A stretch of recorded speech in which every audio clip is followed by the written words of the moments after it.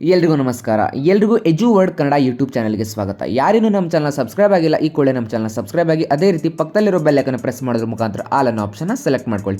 ನಾವು ಮಾಡೋ ಪ್ರತಿಯೊಂದು ವೀಡಿಯೋಸ್ ಕೂಡ ನಿಮಗೆ ನೋಟಿಫಿಕೇಶನ್ ಮುಖಾಂತರ ಬರುತ್ತೆ. ಈ ಒಂದು ಚಾನಲಲ್ಲಿ SLC, PUC ಮತ್ತು ಡಿಗ್ರಿ ವಿದ್ಯಾರ್ಥಿಗಳಿಗೆ ಉಪಯೋಗವಾಗುವಂತಹ ಮಾಹಿತಿಗಳು ಮತ್ತು ಸ್ಕಾಲರ್ಶಿಪ್ಗಳ ಬಗ್ಗೆ ಮಾಹಿತಿ ಅಷ್ಟೇ ಅಲ್ಲ, ಕೇಂದ್ರ ಸರ್ಕಾರ ಮತ್ತು ರಾಜ್ಯ ಸರ್ಕಾರದಿಂದ ಬರುವಂಥ ಸೌಲಭ್ಯಗಳ ಬಗ್ಗೆ ಮಾಹಿತಿಯನ್ನು ನೀಡ್ತೀವಿ.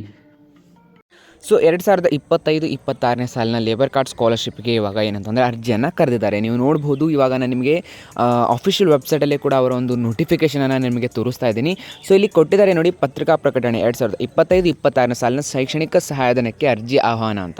ಸೊ ಇವಾಗ ನಾನು ಇದ್ರ ಮೇಲೆ ನಿಮಗೆ ಕ್ಲಿಕ್ ಮಾಡಿ ಅವರ ಒಂದು ಸರ್ಕ್ಯುಲರ್ ಮತ್ತು ನೋಟಿಫಿಕೇಷನನ್ನು ಇನ್ ಡೀಟೇಲ್ ಆಗಿ ಓದ್ತಾ ಹೋಗ್ತೀನಿ. ಪತ್ರಿಕಾ ಪ್ರಕಟಣೆಯಲ್ಲಿ ಕೊಟ್ಟಿದ್ದಾರೆ, ಕಟ್ಟಡ ಕಾರ್ಮಿಕ ಮತ್ತು ಇತರೆ ನಿರ್ಮಾಣ ಕಾರ್ಮಿಕರ ಕಲ್ಯಾಣ ಮಂಡಳಿ 2025-26ನೇ ಸಾಲಿನ ಶೈಕ್ಷಣಿಕ ಸಹಾಯಧನಕ್ಕೆ ಅರ್ಜಿ ಆಹ್ವಾನ ಅಂತ ಕೊಟ್ಟಿದ್ದಾರೆ. ಸೊ ಯಾರೆಲ್ಲ ಇದನ್ನು ಅಪ್ಲೈ ಮಾಡ್ಬೋದು ಅಂತಂದರೆ, ಇಲ್ಲಿ ನೋಡಿ, ಕರ್ನಾಟಕ ಕಟ್ಟಡ ಮತ್ತು ಇತರೆ ನಿರ್ಮಾಣ ಕಾರ್ಮಿಕ ಕಲ್ಯಾಣ ಮಂಡಳಿಯಿಂದ 2025-26ನೇ ಸಾಲಿನ ಶೈಕ್ಷಣಿಕ ಸಹಾಯಧನಕ್ಕೆ ಅರ್ಜಿಗಳನ್ನು ಆಹ್ವಾನಿಸಿದ್ದಾರೆ.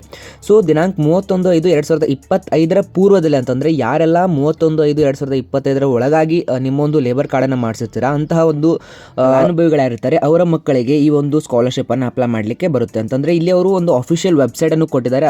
ಈ ಸ್ಕಾಲರ್ಶಿಪ್ಪನ್ನು ಅಪ್ಲೈ ಮಾಡಲಿಕ್ಕೆ ಲಾಸ್ಟ್ ಡೇಟ್ ಬಂದುಬಿಟ್ಟು 31/10/2025 ಅಂತಂದರೆ ಅಕ್ಟೋಬರ್ 31ವರೆಗೆ ಕೂಡ ನೀವು ಈ ಸ್ಕಾಲರ್ಶಿಪ್ಪನ್ನು ಅಪ್ಲೈ ಮಾಡ್ಬೋದು.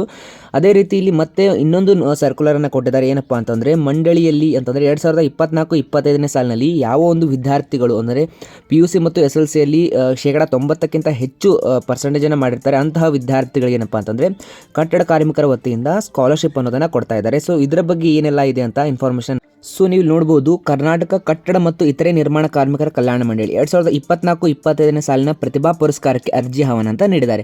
ಕರ್ನಾಟಕ ಕಟ್ಟಡ ಮತ್ತು ಇತರೆ ನಿರ್ಮಾಣ ಕಾರ್ಮಿಕರ ಕಲ್ಯಾಣ ಮಂಡಳಿ 2024-25ನೇ ಶೈಕ್ಷಣಿಕ ಸಾಲಿನಲ್ಲಿ ಅಂತಂದರೆ SLC ಮತ್ತು PUCಯಲ್ಲಿ 90%ಕ್ಕಿಂತ ಹೆಚ್ಚು ಅಂಕಗಳನ್ನು ಪಡೆದಂತಹ ಕಾರ್ಮಿಕರ ಮಕ್ಕಳಿಗೆ ಪ್ರೋತ್ಸಾಹಿಸಲು ಪ್ರತಿಭಾ ಪುರಸ್ಕಾರಕ್ಕೆ ಅರ್ಜಿಯನ್ನು ಆಹ್ವಾನಿಸಿದ್ದಾರೆ.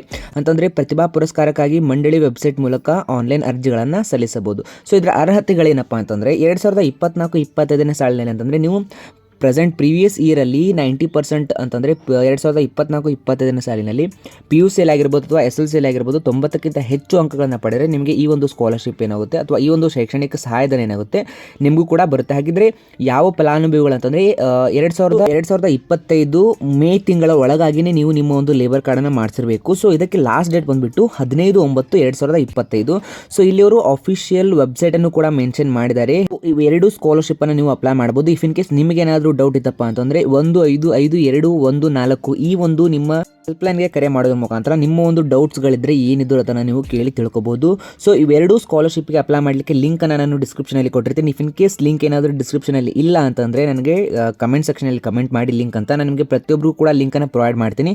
ಮತ್ತೊಮ್ಮೆ ಈ ಸರ್ಕ್ಯುಲರನ್ನು ಕೂಡ ನಾನು ಡಿಸ್ಕ್ರಿಪ್ಷನಲ್ಲಿ ಕೊಡ್ತೀನಿ. ಇಫ್ ಇನ್ ಕೇಸ್ ಇಲ್ಲ ಅಂದರೂ ಕೂಡ ನೀವು ಅದನ್ನು ಕಮೆಂಟ್. ಸೊ ಈ ಒಂದು ಸ್ಕಾಲರ್ಶಿಪ್ಪನ್ನು ಹೇಗೆ ಹಾಕೋದಂತ ಇನ್ ಡೀಟೇಲ್ ಆಗಿ ನಾನು ವೀಡಿಯೋನ ಮಾಡ್ತೀನಿ. ಯಾರಿಗೆಲ್ಲ ವೀಡಿಯೋ ಬೇಕು ನೀವು ಕೂಡ ಕಮೆಂಟ್ ಸೆಕ್ಷನಲ್ಲಿ ವೀಡಿಯೋ ಅಂತ ಕಮೆಂಟ್ ಮಾಡಿ. ಅದೇ ರೀತಿ ಯಾರಿಗೆ ವೀಡಿಯೋ ಇಷ್ಟ ಆಗಿದ್ರೆ ಲೈಕ್, ಶೇರ್ ಮತ್ತು ಕಮೆಂಟ್ ಮಾಡೋದನ್ನು ಮಾತ್ರ ಮರಿಬೇಡಿ. Thank you.